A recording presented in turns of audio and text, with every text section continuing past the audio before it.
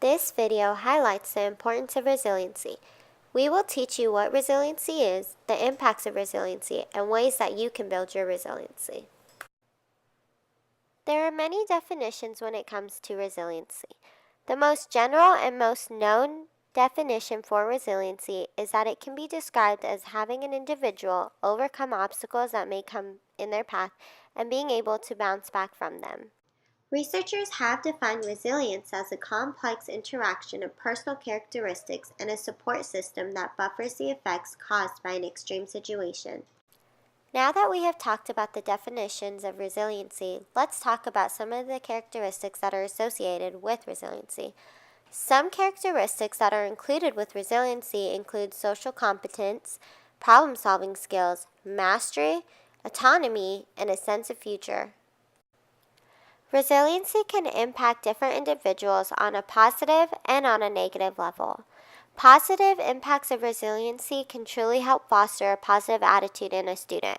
Negative impacts of resiliency can include violent outbreaks, depression, and a sense of isolation.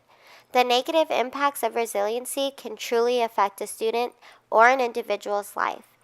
Research has shown that support from family and friends help influence positive resiliency building skills.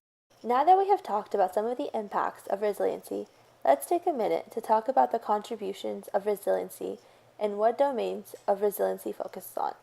Resiliency is the outcome that focuses on positive development in people's lives, covering the emotional, social, physical, and material domains. A child's resilience is dependent upon other people and other systems of influence, such as their family, school, local environment, and culture. Interactions with the social environment can influence resiliency. Resiliency can be built through life experiences. In other words, there is an ample amount of help one can seek. There are many programs that are available for not only for students, but for adults as well. Resiliency can be supported through programs such as school outreach programs, group therapy, violence prevention programs, and anger management. Other ways to help students build resiliency includes helping the students develop self-efficacy, boosting the students' self-esteem by giving them positive comments and words of encouragement. Also, you can build a positive environment for the student. Researchers have identified ways to measure resiliency. One way to measure resilience is through the resiliency scale.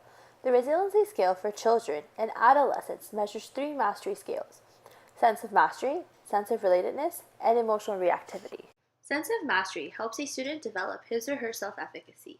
Sense of relatedness: students learn to use their past experiences to overcome stressors they are faced with. Emotional reactivity is a test of a child's tolerance limits that he or she has during an intense situation.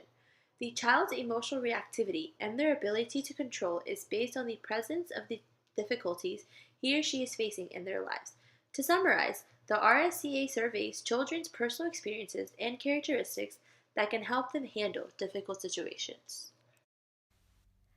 As a friend and also a sister, I was able to personally experience my brother's resiliency. He was diagnosed with autism at the age of 3, and not only did he have a rough come up, I personally did also, being able to just watch my brother grow up.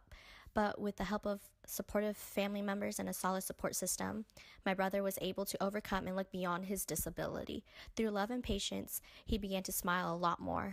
So life does not get any more easier. I think we just get stronger. As an educator, there are 3 factors that are used to help students with disabilities become more resilient, which include child factors, family factors, and community factors. Child factors help develop positive temperament and social competence within the child. The second factor is family factors, which is having supportive parents and consistent rule setting. And lastly, we have community factors, which help foster positive relationships with significant adults and a supportive school environment.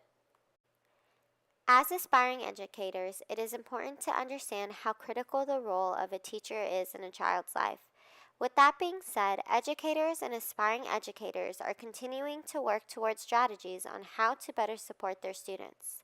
For teachers, there is never an end to learning how to create a stronger foundation for students. After all, they are the core to our profession. A teacher can play an important role in developing resilience in children by providing a caring educational setting, high expectations for the student, and a positive learning environment that is practical for the student. Teachers have to continue to work and learn about resiliency so they can better assist their students.